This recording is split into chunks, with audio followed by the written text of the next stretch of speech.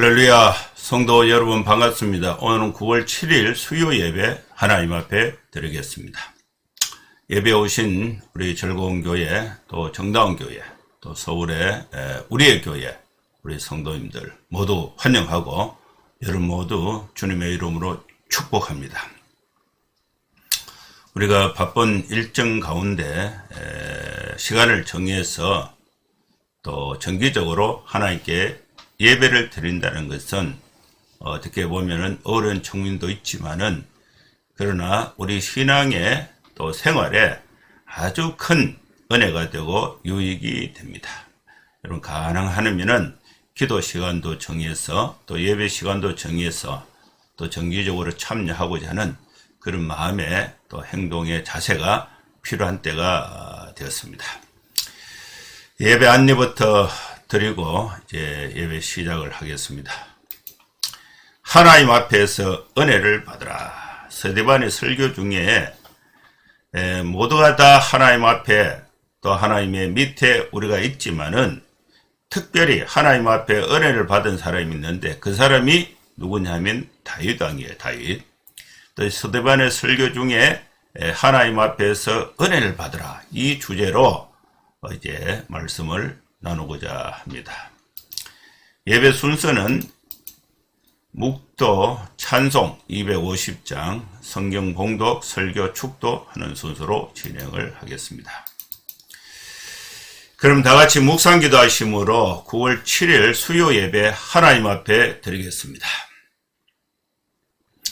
거룩하신 하나님 아버지, 우리 사랑하는 성도들이 이 시간에 하나님 앞에 예배를 드리기 위해서 마음과 뜻과 정성을 다하여 힘을 다하여 주님의 이름을 높이고 또 찬송을 올려드리고 기도하고 하나님의 말씀을 듣고자 합니다. 아버지 하나님, 우리가 세상에 살면서 빛으로 살면서 그 빛이 희미하거나 힘이 없어서 세상의 어두움에 우리가 가려서 빛을 발하지 못할 때도 있습니다. 하나님 아버지, 주의 성령으로 이 시간에 우리 각자의 마음속에 충만한 은혜를 베풀어 주시어서 다시금 힘을 얻어서 이 세상의 어둠을 밝히는 주님의 자녀 백성으로서 힘있게 살아갈 수 있도록 하나님의 도우심과 은혜가 함께하여 주시옵소서. 예수님의 이름으로 기도하옵나이다. 아멘. 찬송가 250장 찬양 드리겠습니다.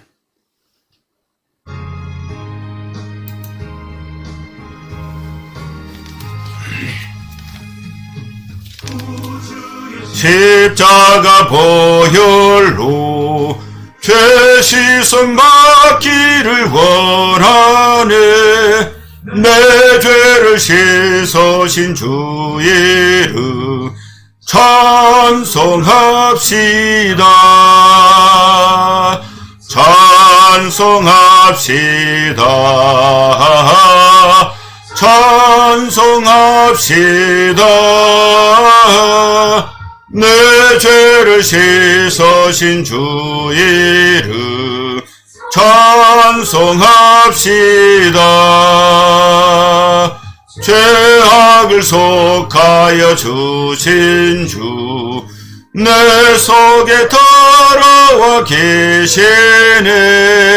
십자가 앞에서 주 이름 찬송합시다. 찬송합시다. 찬송합시다. 내 죄를 씻으신 주 이름 찬송합시다. 주 앞에 흐르는 생명수 날 씻어 정하게 하시네. 내 기쁨 정성을 다하여 찬송합시다. 찬송합시다. 찬송합시다. 내 죄를 씻으신 주 이름 찬송합시다.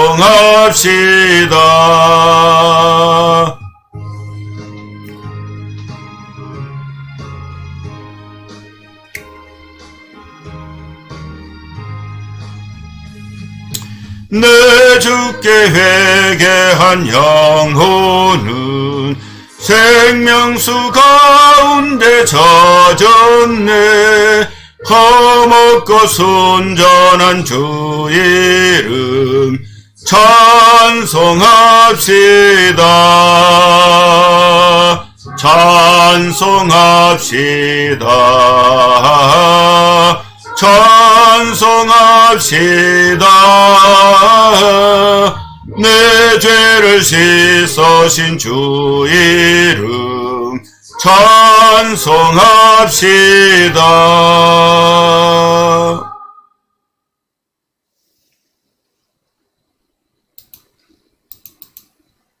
이제 하나님 말씀 사도행전 7장 38절에서 53절 말씀을 봉독하겠습니다. 시내산에서 말하던 그 천사와 우리 조상들과 함께 광야교회에 있었고 또 살아있는 말씀을 받아 우리에게 주던 자가 이 사람이라. 우리 조상들이 모세에게 복종하지 아니하고자 하여 거절하며 그 마음이 도리어 애굽으로 향하여 아론들어 이르되 우리를 인도할 신들을 우리를 위하여 만들라. 애굽 땅에서 우리를 인도하던 이 모세는 어떻게 되었는지 알지 못하노라 하고 그때에 그들이 송아지를 만들어 그 우상 앞에 제사하며 자기 손으로 만든 것을 기뻐하더니 하나님이 외면하사 그들을 그 하늘의 군대 숨기는 이 일에 버려두셨으니 이는 선지자의 책에 기록된 바 이스라엘의 집이여 너희가 광야에서 40년간 희생과 제물을 내게 드린 일이 있었느냐. 몰록의 장막과 신네판의 별을 만들었으며 이것은 너희가 절하고자 하여 만든 형상이로다. 내가 너희를 바벨론 밖으로 옮기리라. 광야에서 우리 조상들에게 정거의 장막이 있었으니 이것은 모세에게 말씀하시니가 명하사 그가 본 그 양식대로 만들게 하신 것이라. 우리 조상들이 그것을 받아 하나님이 그들 앞에서 쫓아내신 이방인의 땅을 점령할 때에 여호와와 함께 가지고 들어가서 다윗 때까지 이르니라.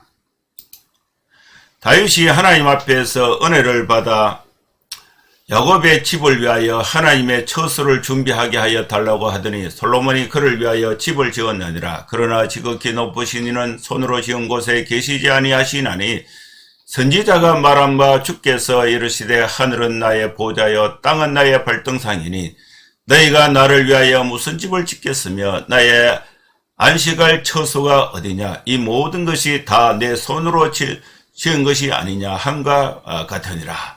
목이 곱고 마음과 귀에 할례를 받지 못한 사람들아 너희도 너희 조상과 같이 항상 성령을 거스르는 도다.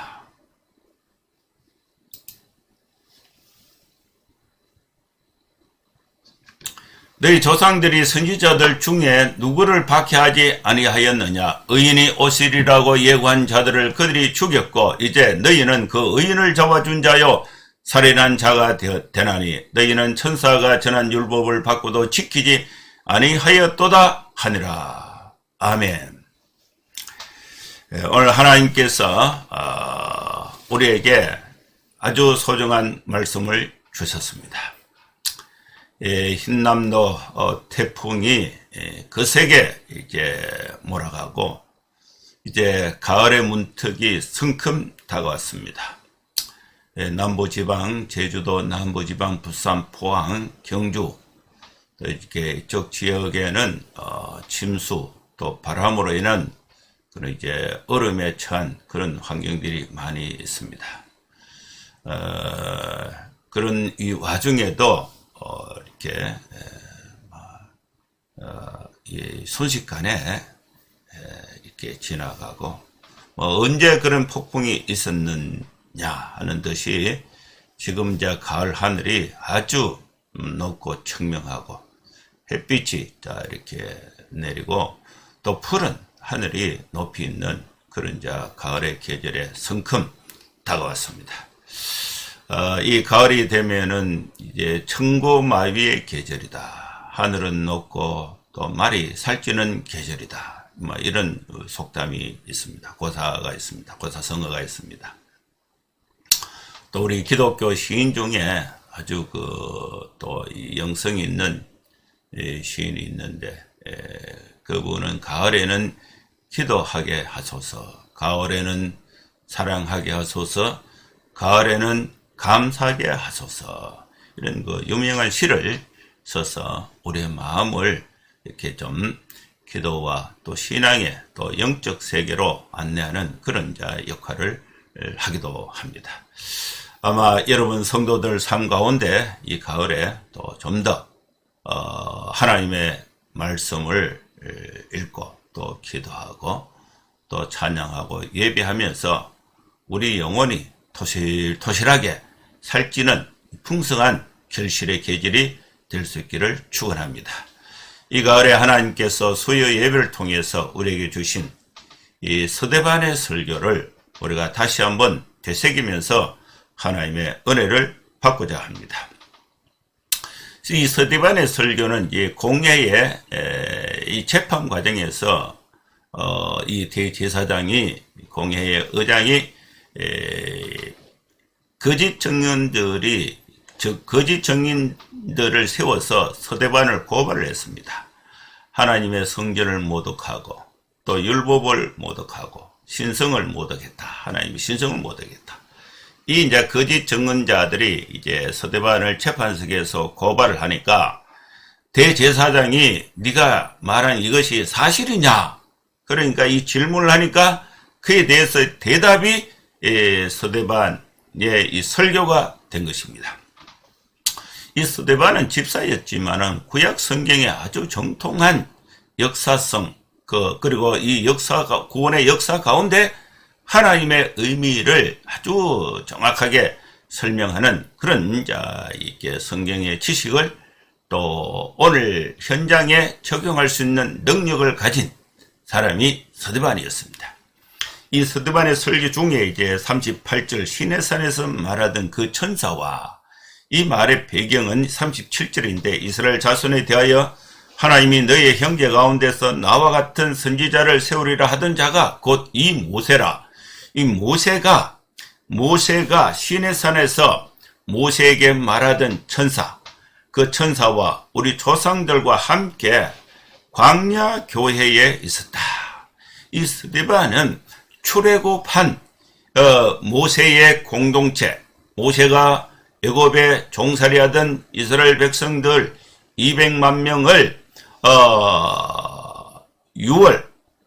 6월절 이제 장자의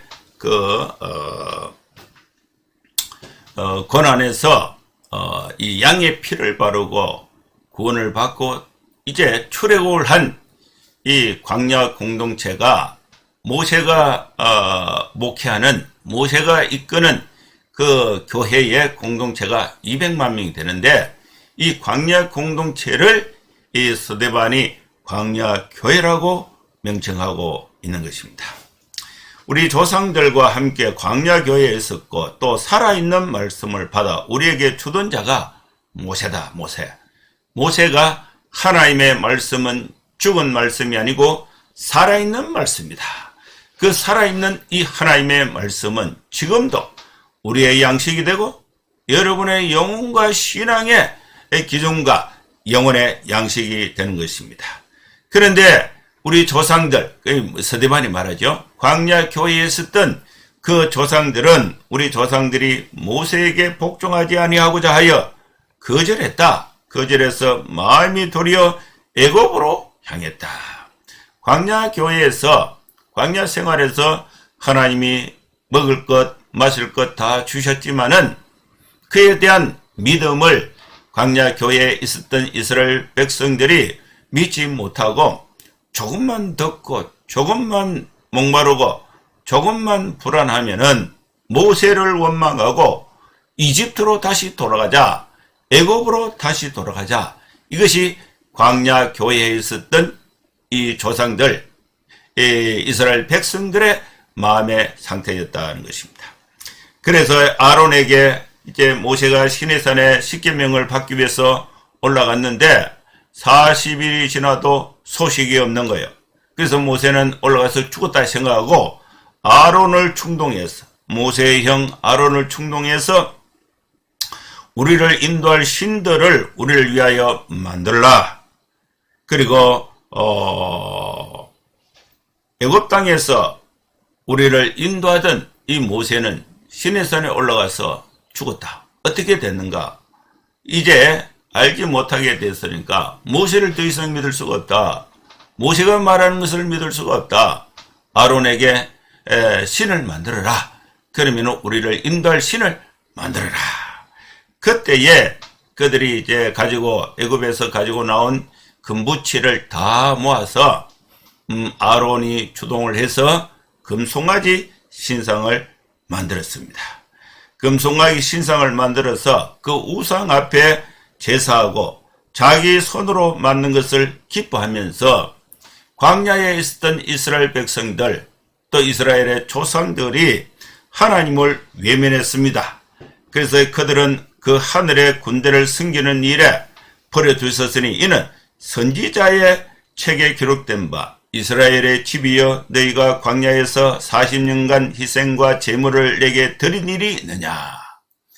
이들이 출애굽을 해서 하나님의 능하신 손 가운데서 노예에서 해방이 되어서 홍해를 건너서 광야에까지 왔지만은 40년간 계속해서 불평과 불만, 또 진실로 하나님을 예배하고 40년간 희생과 제물을 내게 드린 일이 있느냐? 없다는 것입니다. 하나님의 구원에 대해서 진실로 감사하고 예배한 순간이 없다는 것입니다. 오히려 광야에 있었던 이스라엘 이 유대인들의 그 조상들은 40절 말씀에 보면 이런 말씀이 있어요. 몰록의 장막과 신 레판의 별을 만들었으며 이것은 너희가 절하고자 하여 만든 형상이로다. 내가 너희를 바벨론 밖으로 옮기리라 함과 같으니라. 스데반은요, 구약 성경 아모스 5장 26절 말씀을 인용해서 지금 공회에서 재판을 받고 있는 여기에서 유대인들 대제사장, 그 다음에 바리새인들, 서기관들, 이 유대인들이 광야에서 이스라엘 백성들이 모세를 대적하고 모세를 순종하지 않고 다른 신을 만들어서 그것을 섬기는 그 우상 숭배의 죄를 지금 당신들이 이 대제사장 당신이 앞장서서 그 죄를 짓고 있다. 이것을 지적하고 있는 것입니다. 그래서 이 스데반은 아모스 5장 26절에 보면요, 몰록의 장막과 레판의 별이 나옵니다. 이 몰록의 장막은 암몬족이 섬기는 국가신입니다. 우상인데 황소 머리에 사람의 형상을 만들어서 거기 앞에 어린아이를 잡아서 그래서 인신 제물로 섬겼던 그런 이제 우상이 몰록의 장막입니다. 레판의 별도 아수르인들이 섬기고 숭배하던 토성 별신인데 이 레판의 별 이것도 이제 우상으로 섬기고 있다는 것입니다. 그게 몰록의 장막과 레판의 별, 이것이 이제 이 광야에서 있었던 이 모세의 인도함을 받아서 광야에 있었던 광야교회 그 조상들이 모세를 불순종하고 하나님을 불순종하고 우상을 금송아지 신상을 만들어서 우상 숭배를 하고 또 이 몰록의 장막 황소 암몬족이 섬겼던 황소의 그 신상을 거기에 어린아이를 잡아서 갖다 바치는 그런 예배하는, 그리고 또 이 아수르인들이 섬겼던 그 토성 우상 숭배에 빠져서 하나님을 던져버렸다는 것을 말하고 있는 것입니다. 그렇게 우상 숭배함으로 인해서 어떻게 됐느냐? 44절을 보면 광야에서 우리 조상들에게 증거의 장막이 있었는데 이것은 모세에게 말씀하신 이가 명하사 그가 본 그 양식대로 만들게 하신 것이라. 하나님을 섬길 그죠? 성전, 성막을 이제 모세가 하나님께서 보여주신 대로 만들었습니다. 그런데 그 우리 조상들이 성막을 받아서 하나님이 그들 앞에서 쫓아내신 이방인의 땅을 점령할 때에 여호수아와 함께 그 성막을 가지고 가서 거기서 하나님께 우상 숭배를 멀리하고 하나님께 예배하는 그 성소와 지성소가 있는 성막 예배가 이루어졌는데 그 성막 예배가 어디 때까지 됐느냐면은 다윗 때까지 됐다는 것입니다. 다윗 때까지 됐는데 이 다윗 때에 이제 성막에서 성전을 짓는 계획을 갖게 되는데 다윗은 어떤 사람이냐? 46절에 다윗이 하나님 앞에서 은혜를 받았습니다. 그래서 이 야곱의 집을 위하여 하나님의 처소를 준비하게 하여 달라고 기도를 했는데 다윗이 이제 하나님의 처소 성전을 짓기 위해서 준비를 했어요. 그리고 이 다윗은 성전을 짓는다는 것은 하나님께로부터 은혜를 받아야 하는 것입니다. 다윗은 경건한 하나님의 일꾼이었습니다. 그래서 하나님 앞에서 은혜를 받았습니다. 그런데 다윗이 준비를 다 했는데 실제로 다윗은 성전을 건축하지 못했습니다. 그럼 누가 준비는 다윗 왕이 하고 누가 이제 성전을 건축하느냐? 다윗의 아들 솔로몬 왕이 성전을 건축하게 됩니다. 솔로몬이 그를 위하여 집을 지었느니라. 그러면서 이 성전을 짓는데 이 성전의 의미가 무엇이냐 하면은 그러나 지극히 높으신 이는 손으로 지은 곳에 계시지 아니하시나니 선지자가 말한 바 성전은 하나님께 예배드리는 그 하나님 중심의 예배의 상징적인 의미지 성전 건물 자체가 신성을 갖는 것은 아니다. 그 건물 안에 하나님이 갇혀 있는 것은 아니다는 것을 말하고 있는 것입니다. 성전의 의미를 예수님께서 설명하신 성전의 의미를 이제 서대반이 설명을 하고 있는 것입니다. 그러면서 이들이 유대인들, 대제사장을 비롯해서 바리새인들, 유대인들이 하나님에 대한 예배에 성전에 대한 의미를 바르게 가져야 할 것을 설명하고 있는 것입니다. 주께서 이르시되 하늘은 나의 보좌요 땅은 나의 발등상이니 너희가 나를 위하여 무슨 집을 짓겠으며 나의 안식할 처소가 어디냐? 이 모든 것이 다 내 손으로 지은 것이 아니냐 함과 같아. 하나님은요, 이 세상 만물을 전 세계를 하나님이 창조하셨는데 사람이 지은 작은 집안에 하나님이 갇혀 있는 것은 아니다는 거예요. 그럼 이 성전의 의미는 뭔가? 하나님이 거하시는 성전의 의미, 그것은 성전 안에 하나님을 갖춰놓은 게 아니다. 이 성전이라는 그 건물을 통해서 하나님께 예배하는 신앙을 새롭게 하는 그 의미를 새롭게 갖는 것입니다. 그래서 목이 곧고 마음과 귀에 할례를 받지 못한 사람들아, 너희도 너희 조상과 같이 항상 성령을 거스르는도다. 너희 조상들이 선지자들 중에 누구를 박해하지 아니하였느냐?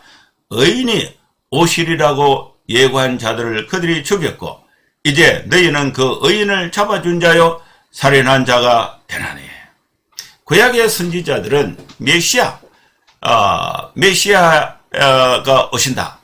그 메시아 탄생에 대한 예언을 했습니다. 그 예언을 했는데 그 예언, 메시아 탄생에 대한 예언을 하니까 구약 시대에 하나님을 잘못 믿고 있는 자들이 자기들의 가르친 것과 선지자들이 메시아 예언과 다르니까 메시아 예언을 하는 사람들을, 선지자들을 이제 잡아 죽였다는 것입니다. 지금 이제 모세 오리란 그 모세가 누구냐? 이 모세는 구원의 예표예요. 예표. 모세는 예수님을 상징하는 인물이 된 거예요. 모세와 같은 구원자가, 메시아가 이제 선지자들이 오리라 한 그 메시아가 예수님이 오셨는데, 예수님을 잡아 죽였고 예수님을 전개했던 세례 요한도 죽이고, 또 메시아의 자체이신 예수님도 이제 이스라엘 사람들이 성전을 모독한다는 제목으로 예수님을 처형하고 선지자 세례 요한도 죽이게 된 것입니다. 예고한 자들을 그들이 죽였고 이제 너희는 그 의인을 잡아준 자요 살인한 자가 되었다. 너희가 천사가 전한 율법을 받고도 지키지 아니하였도다 하니라. 천사가 전한 율법, 그것이 뭡니까? 모세가 전한 모세의 율법이죠. 그 율법의 의미를 깨닫지 못하고 이 율법의 의미는 없어져 버리고 성전만, 사람이 지은 건물만 남아있다는 것입니다. 그래서 우리 기독교는 이 성경, 말씀의 종교입니다. 말씀의 의미가 고대언어로 기록이 됐는데 현대에 살고 있는 우리들은 그것이 설명이 되어서 그 말씀의 의미가 우리의 인격, 논리, 생각 속에, 삶 속에 배어 있어야 되는 것입니다. 그래서 여러분 우리는 성경을 많이 읽어야 돼요. 그리고 설교를 잘 들어야 돼요. 여러분 이 교회는요, 하나님의 말씀을 강론하는 것이 우선이 되어야 되는 것입니다. 여러분 이제 부모가 되면은 자녀들에게 무엇을 물려주겠습니까? 자녀들에게 정신을 물려줘야 돼요. 삶을 물려줘야 돼요. 이 세상에서 지혜롭게 살아갈 수 있는 가훈, 또 부모가 갖고 있었던 이 견고한 신앙을 어릴 때부터 자녀들에게 삶 속의 실천으로 본을 보이고 말로 설명해서 인격 속에, 판단 속에, 가치관 속에 그 기독교의 정신, 성경의 정신이 배어 있도록 가르치고 훈련하고 해야 되는 것이 교회의 사명이고 부모의 사명이 되어야 하는 것입니다. 제가 이발소에 이제 머리를 깎으러 갔는데, 그 이발사 그 사장님하고 이야기를 자꾸 이렇게 하게 됩니다. 그러니까, 저보고는 이제, 이 사장님, 이렇게 연세가 어떻게 됐어요? 우리하고 나하고 비슷한 것 같은데, 이 카더라고. 난 소띠입니다. 자기도 소띠대. 그러니까 이제 이 말이 트게 된 거예요. 그러면서 자기 친구가 있는데, 자기 친구가, 돈을 많이 벌었대요. 그래서 돈을 번다고 자녀들을 이제 교육하고 정신교육하고 하는데 어차피 뭐 좀 소홀히 했잖아요. 그래서 이 자식이 결혼을 할 때에 그동안 아버지로서 역할을 다 못한 것도 이렇게 미안하기도 하고 또 자식이 또 이제 결혼을 하니까 아버지 이제 윗신도 좀 이렇게 해두고 그래서 5억짜리 집을 하나 사줬다는 거예요. 5억짜리 집을 사주니까 사줄 때 등기 이전할 때 아버지 고맙습니다 한마디 하고 이제 5년이 지났는데 어떻게 되냐면은 그 자식이 이제 그 5억짜리 집을 이제 팔아가지고 사업을 했는데 집은 날려보고 빚이 10억이 생겨가지고 아버지 어쩔까요? 이렇게 한다는 거예요. 그래서 이 사람이 그걸 똑똑히 봤다는 거예요. 그러면서 자기는 절대로 돈을 이렇게 물려주지 않고 아버지가 열심히 일하고 자기가 이제 그 때밀이도 하고 이발도 하니까 열심히 일해서 돈을 모아는 그거를 이제 그 정신, 그죠? 열심히 일해야 된다. 이걸 자식에게 가르치고 싶다는 거예요. 그러면 그 사장님이 있는 돈은 다 어쩔 겁니까? 그러니까 이번에 하는 말이 이제 그 다음 달에 자기 딸이 이제 대형 병원, 대학병원의 간호사인데 이제 결혼을 한다는 거예요. 기독교는 아니에요. 결혼을 하는데 이제 집 살 때에, 결혼할 때 집은 절대로 사주지 않고, 부주는 들어오는 걸 일단 주고, 자기가 돈을 다 이렇게 갖고 있다가, 명절에, 또 자기 이제 명절에 한번 올 때마다, 100만원씩, 1년에 5번 올 것을 계산하고, 500만원, 1년에 500만원씩 줘야지. 그러면서 내가 일해서 내가 지금 이 나이에 내가 일을 해서 봉급을 벌어왔다. 그래서 열심히 일하고 있는 성실함, 이거를 내가 자녀들에게 가르치면서 돈을 조금씩 주면서 가르쳐야 되겠다. 그런 얘기를 하더라고. 아주 지혜로운 방법이에요. 그리고 그 사람하고 이제 이야기를 이제 처음 했는데, 이제 앞으로 머리 깎으러 이제 자주 가게 될 테니까, 차차 해서 또 이렇게 내 경험도 이야기하고, 그러다 보면 나는 목사입니다 하고 이러다가, 전도도 싹 하려고 이제 시도하고 있습니다. 여러분, 기독교 신앙은 건물로 이루어지는 게 아니에요. 하나님의 말씀이 설명이 되어야 됩니다. 하나님의 말씀이 실천이 되어야 됩니다. 하나님의 말씀을 교회가 실천하고, 하나님의 말씀을 부모가 실천하고, 삶의 모범을 통해서 또 설명을 통해서 교인들에게 전수가 되어지고 자녀들에게 전수가 되어져서 하나님의 말씀이 시행이 될 때에, 실천이 될 때에 하나님의 은혜가 전달이 되는 것입니다. 여기에 하나님 앞에서 은혜를 받은 사람은 다윗입니다. 다윗은 일평생 고난이 있을 때에 하나님 앞에 찬송을 했습니다. 어려움이 있을 때에 쫓기면서 하나님 앞에 기도했습니다. 여호와는 나의 목자시니 내게 부족함이 없다고 고난 가운데 하나님을 찬송했습니다. 그리고 하나님 앞에 성실하게 예배를 드렸습니다. 그리고 다윗이 자기는 다윗의 왕궁에 살면서 하나님의 집은 성막에 존재하고 있다는 사실을 보고 백성들이 봤을 때에 너무나 초라하게 느껴진 거예요. 그래서 이것은 합당치 않다. 그래서 하나님 앞에 기도를 했습니다. 하나님, 하나님의 성전을 짓겠습니다. 하나님 지혜를 주십시오. 그래서 성전을 짓기 위해서 다윗은 준비를 했습니다. 준비. 이것이 다 뭐냐? 하나님 앞에 은혜를 받은 다윗의 증거가 되는 것입니다. 사랑하는 성도 여러분, 우리는 하나님 앞에 은혜를 받아서 어떤 상황 속에서도 하나님을 찬송하고 하나님께 감사하고 하나님 앞에 기도하면서 세상의 빛으로 힘있게 살아가면서 하나님의 영광을 나타내면서 교회가 이 일을 하고 성도들에게 하나님의 말씀을 설교를 통해서 교회의 실천의 삶을 통해서 성도들에게 가르치고 또 부모가 되어서 자녀들에게 부모의 삶을 통해서 하나님의 말씀을 가르치고 또 가정예배 말씀 강령을 통해서 하나님의 말씀을 가르쳐서 하나님 앞에서 은혜를 받는 성도의 삶 될 수 있기를 주의 이름으로 축원합니다. 기도하겠습니다. 하나님 아버지, 주님의 은혜를 감사합니다.